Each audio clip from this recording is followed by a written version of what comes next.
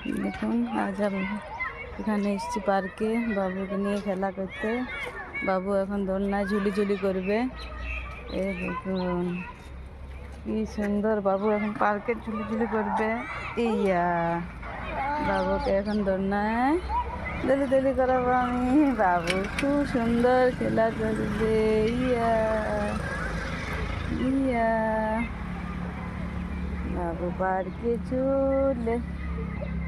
এটা হচ্ছে মাস্তি টাইম, খেলার টাইম।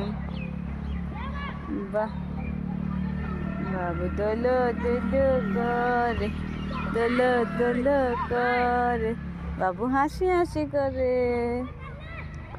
ইয়া সোনা বাবন, আমার সোনা বেটা।